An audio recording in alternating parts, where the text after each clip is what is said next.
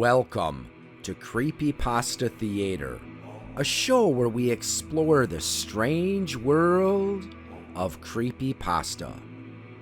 Join us as we hear tales best left untold, travel roads best left unexplored, and see sights best left unseen. Today's story, Mr. Widemouth, credited to Perfect Circle 35. This story can be found on creepypasta.wikia.com and is protected by Creative Commons license.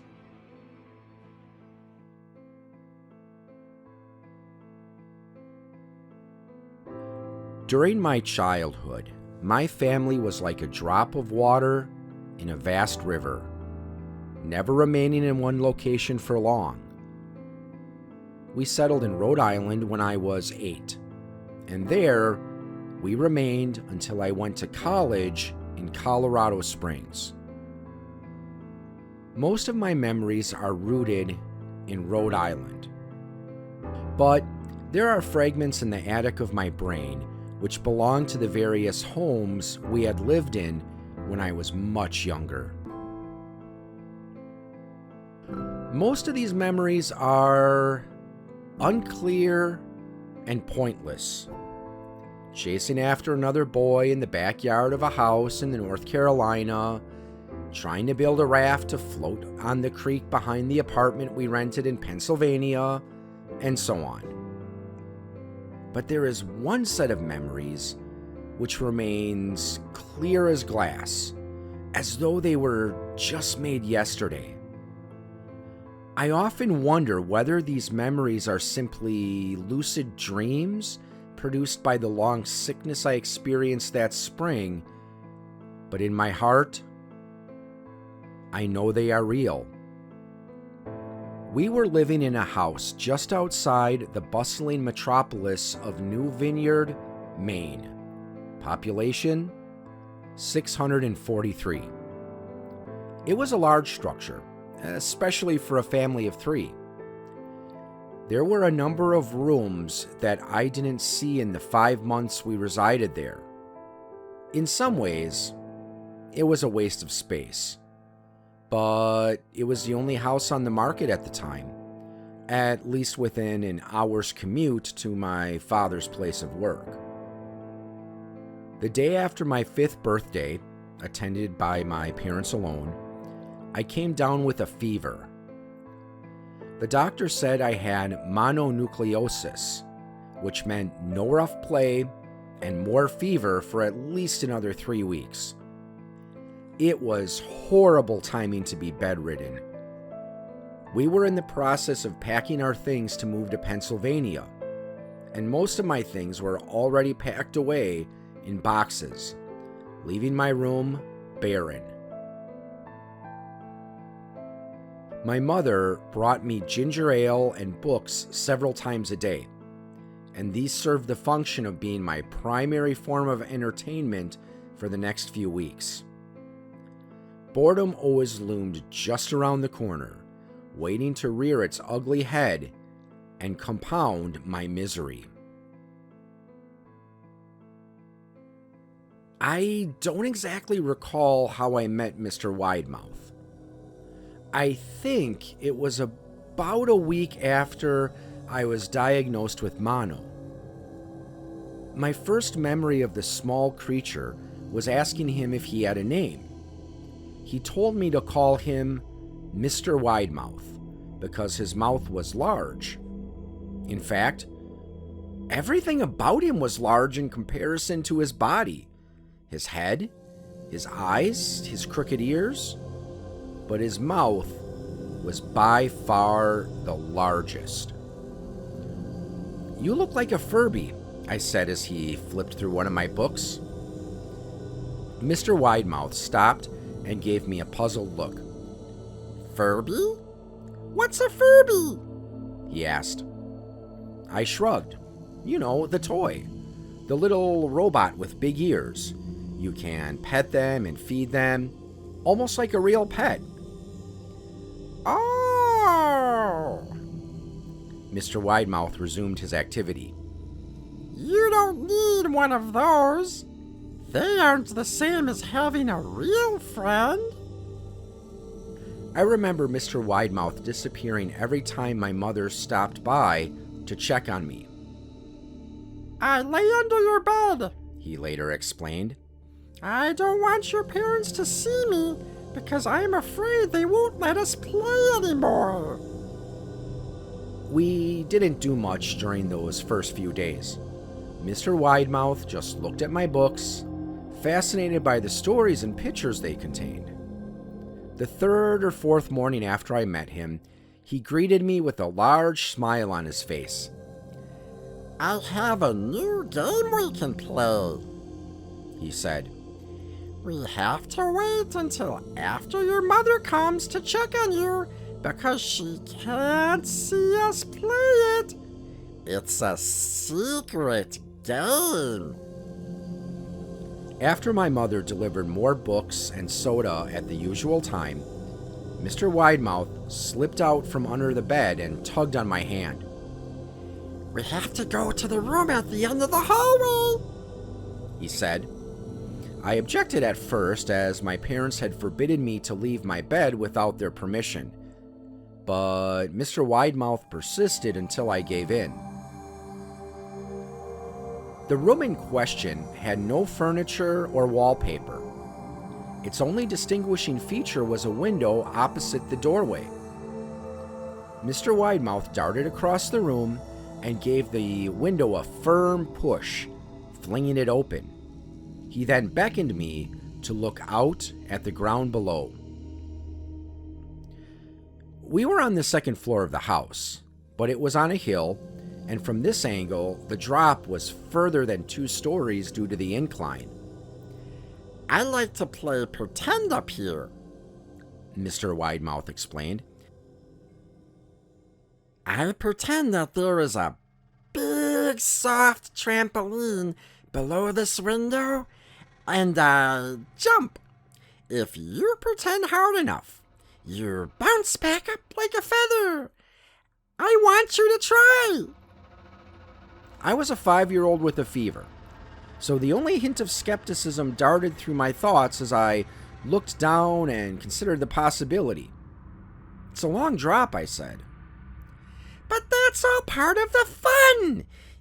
It wouldn't be fun if it was only a short drop. If it were that way, you may as well just bounce on a real trampoline.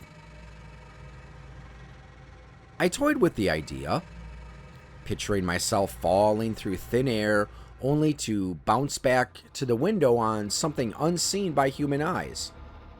But the realist in me prevailed. Maybe some other time, I said. I don't know if I have enough imagination. I could get hurt.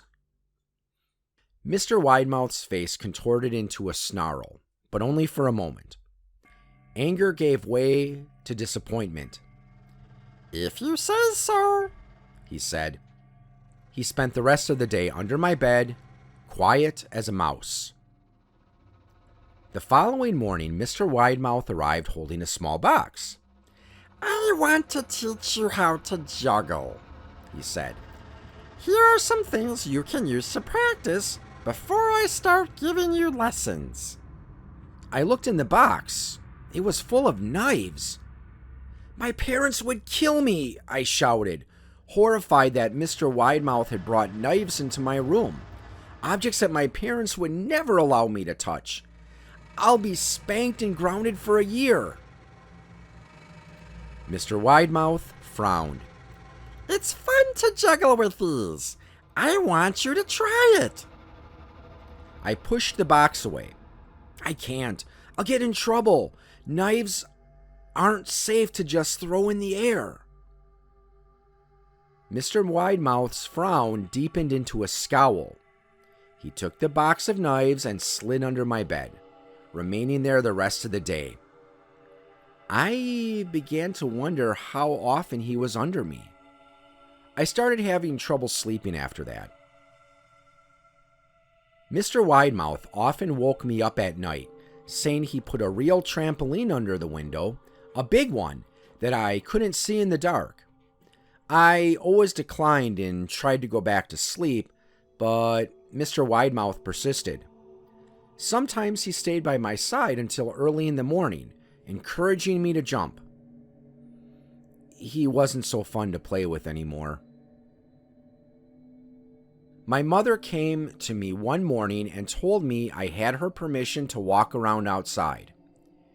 She thought the fresh air would be good for me, especially after being confined to my room for so long. Ecstatic, I put on my sneakers and trotted out to the back porch, yearning for the feeling of the sun on my face. Mr. Widemouth was waiting for me. "I have something I want you to see," he said. I must have given him a weird look because he then said, "It's safe. I promise." I followed him to the beginning of a deer trail which ran through the woods behind the house. "This is an important path," he explained. "I've had a lot of friends about your age. When they were ready, I took them down this path to a special place. You aren't ready yet, but one day I hope to take you there." I returned to the house, wondering what kind of place lay beyond that trail. 2 weeks after I met Mr. Widemouth, the last load of our things had been packed into a moving truck. I would be in the cab of the truck, sitting next to my father for the long drive to Pennsylvania.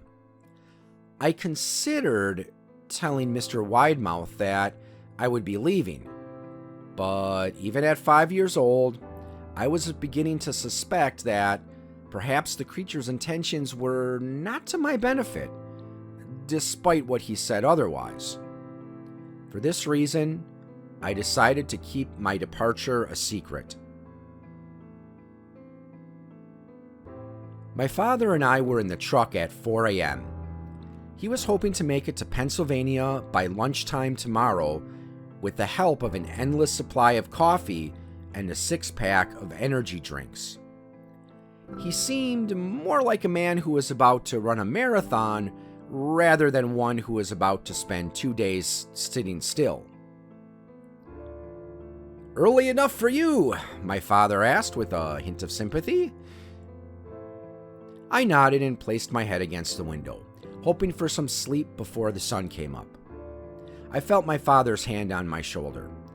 "This is the last move, son. I promise. I know it's hard for you, as sick as you've been. Once Daddy gets promoted, we can settle down and you can make friends." I opened my eyes as we backed out of the driveway.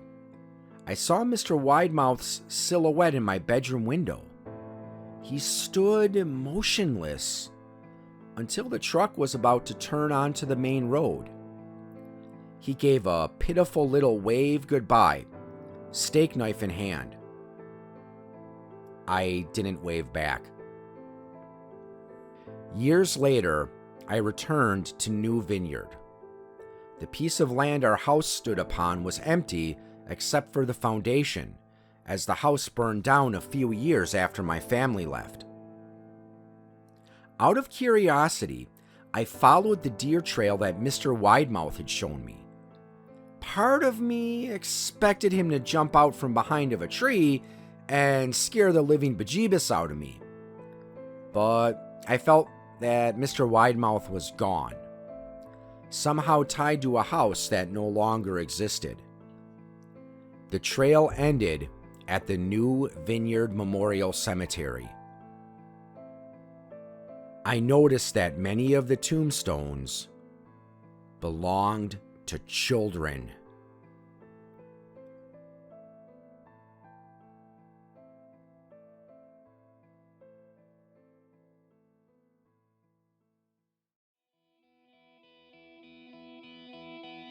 You have been listening to a presentation of Point of Insanity Game Studio. Visit us on the web at poigamestudio.com.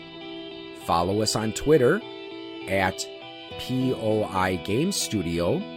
Look us up on Facebook and email us at poigamestudio@gmail.com.